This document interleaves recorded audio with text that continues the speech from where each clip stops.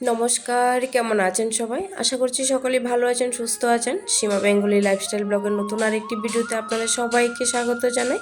এই মুহূর্তে যেখান থেকে ব্লগটা দেখছেন সবাইকে সাথে নিয়ে ব্লগটি শুরু করছি। আশা রাখছি আজকের ব্লগটিও ভালো লাগবে। আজ হচ্ছে চৈত্র সংক্রান্তি। আজকে আজকের পরের দিনই মানে আজকে চৈত্র মাসের লাস্ট, কালকে আবার নতুন বছর শুরু হয়ে যাবে। নতুন বছর নতুন দিন আবার শুরু হয়ে যাবে। দেখতে দেখতে একটি বছর আবার চলে গেল। তারপর আবার নতুন বছরে আবার সব কিছু আবার নতুন করে শুরু করতে হবে, তাই না?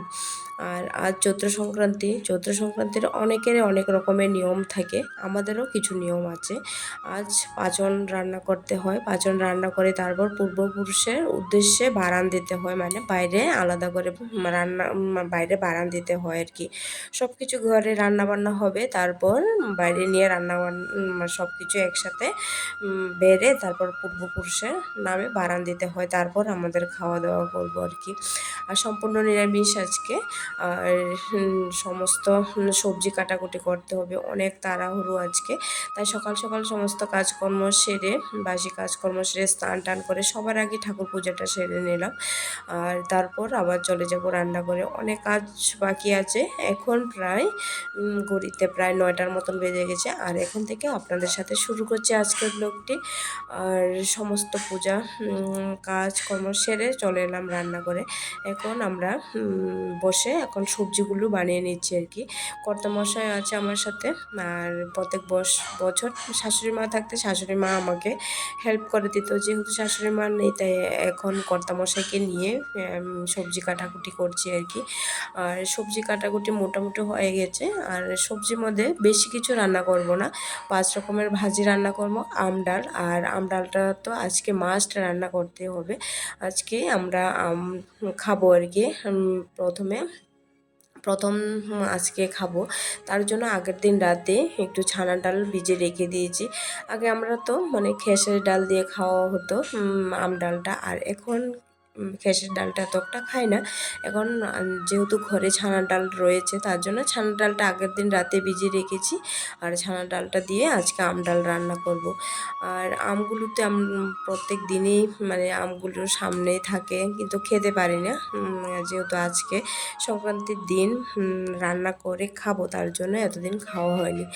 যাই হোক, এখন রান্না বান্না শুরু করে দিয়েছি, সমস্ত কিছু কাটাকুটি হয়ে গেছে। আর নিরামিষ তরকারির জন্য মানে গ্যাটের জন্য কিছু মানে সিম বিচে ভেজে রেখে দিয়েছি। আর সিম বিচে ভেজে দিলে মানে গ্যাটটা একটু খেতে অন্যরকম হয় আর কি। তাই সমস্ত কিছু কাটাকুটি করে ধোয়া দেয় করে সবার আগে ভাজিটা বসিয়ে দিলাম।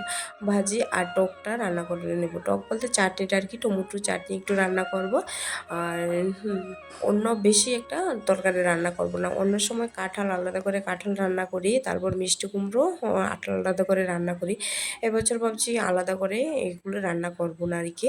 শুধু মানে 5 রকমের ভাজি করব, ডাল করব, একটা চাটনি করব, তারপরে একটা নিরামিষ গ্যাট করব, ব্যাস এতটুকুই মানে আর আজকে রান্না বান্না থাকবে আর কি। আর যেহেতু চাটনিটা একটু মানে ঠান্ডা করতে হবে, তার আগে চাটনিটা আগে করে নিচ্ছি আর কি। আর ভাজা মোটামুটি হয়ে গেছে, কারকুল বেগুন, তারপরে এখন কুমড়ো ভাজিটা হয়ে গেছে। আর আজকে প্রথমবার মিষ্টি আলু একটা ভাজা করব আর কি। খুব বড় বড় সাইজের মিষ্টি আলুটা দেখে খুব ভালো লেগেছে, ভাবছি যে আজকে মিষ্টি আলুটা ভাজা করব। আচ্ছা, আপনারা এদিকে কার কেমন নিয়ম অবশ্যই জানাবেন কিন্তু। আর আমাদের এদিকে অনেকের আবার নিয়ম আছে যে আজকের দিনে তারা কোনো ভাত রান্না করবে না, শুধু পাঁচন রান্না করে শুধু পাঁচনটা খাবে আর কি। কিন্তু আমাদের এখানে মানে ভাত রান্না করার নিয়মটা আছে, ভাত রান্না করে 5 তরকারি রান্না করে তারপর পূর্বপুরুষের উদ্দেশ্য করে বারানটা দিতে হয়। আর এখন আমি চাটনির মধ্যে চিনি দিয়ে করব না, আমি গুড় দিয়ে করব। আর চাটনির মধ্যে গুড়টা দিয়ে দিয়েছি। এই তো সমস্ত সবজি কাটাকুটা বাছাবুচি হয়ে আমি সমস্ত কিছু ধুয়ে রেখে দিয়েছি। আর কিছু আলাদা করে রেখেছি, কাঁঠালটা আলাদা করে রেখেছি আর সজনে ডাঁটাটা আলাদা করে রেখেছি, যেহেতু মানে দিলে একসঙ্গে দিলে সব কিছু মানে গলে যেতে পারে, তার জন্য আলাদা করে রেখেছি আর কি। আর পুরো রান্নাটা আপনাদের সাথে শেয়ার করতে পারিনি, প্রচণ্ড তাড়াহুড়োর মধ্যে রান্নাটা সারতে হয়েছে, বেলা অনেকটা হয়ে গেছে, তার জন্য রান্নাটা বেশি একটা শেয়ার করতে পারিনি। আর এখানে রয়েছে 5 রকমের ভাজি আর আম ডাল, আর ডালের মধ্যে থেকে আমটা আলাদা করে রেখে দিয়েছি, যেহেতু কর্তামশাই মানে টক জাতীয় জিনিসটা খেতে বারণ, তার জন্য মানে যাতে বেশি একটা টক না হয়ে যায় তার জন্য আলাদা করে রেখেছি আর কি। আর চাটনি আর ডাল, ওইদিকে ডাল রয়েছে আলাদা করে। আর হচ্ছে মানে ঘেট আর কি, মানে অনেক জাতের সবজি মিশে একটা পাঁচন বা ঘেট। আর এই হচ্ছে আতপ চালের ভাত, সাদা ভাত, একদম সাদা ভাত। আর এই হচ্ছে পায়েস, আর সাথে রয়েছে দই মিষ্টি। আর যেহেতু বারান দিতে হবে তার জন্য দই মিষ্টি অবশ্যই প্রয়োজন, তার জন্য সমস্ত কিছু নিয়ে বসে গেছি। এখন সবার প্রথমে মানে পূর্বপুরুষের উদ্দেশ্য করে বারানটা বেড়ে তারপর বাইরে নিয়ে বারানটা দেব, তারপর আমরা সকলে মিলে খাওয়া দাওয়া করব। তাহলে চলুন প্রথমে বারানটা দিয়ে আসি, তারপর আমরা খাওয়া দাওয়া করবো আর কি। আর বারানটা আপনাদের সাথে শেয়ার করব না, তার জন্য স্কিপ করে নিলাম। আর এই খাওয়া দাওয়াটা শেয়ার করতে পারিনি, কারণ বারান দিয়ে এসে সকলকে খাওয়া দিয়ে নিজে খেয়ে নিয়েছি, তারপর একটু রেস্ট করে নিয়েছি। আর এখন হচ্ছে সন্ধ্যাবেলা, যেহেতু ভাতটাত খেয়ে মানে মিষ্টি জাতীয় কোনো কিছুই খাওয়া হয়নি, দই মিষ্টি পায়েস কিছু খায়নি, কেউ খায়নি। এখন সন্ধ্যাবেলা আর একটু ভাবছি যে একটু মুড়ি দিয়ে পায়েস খাবো, আর দইটা একটু নিয়ে নিয়েছে, বড় মেয়ে দই খাবে আর আমি খাবো পায়েস আর মুড়ি। বড় মেয়েও পায়েস মুড়ি খাবে, আর ওরা খাবে না, ওরা মানে খালি মিষ্টি দই এগুলি খেয়েছে, আর আমরা এখন খাবো দই মিষ্টি।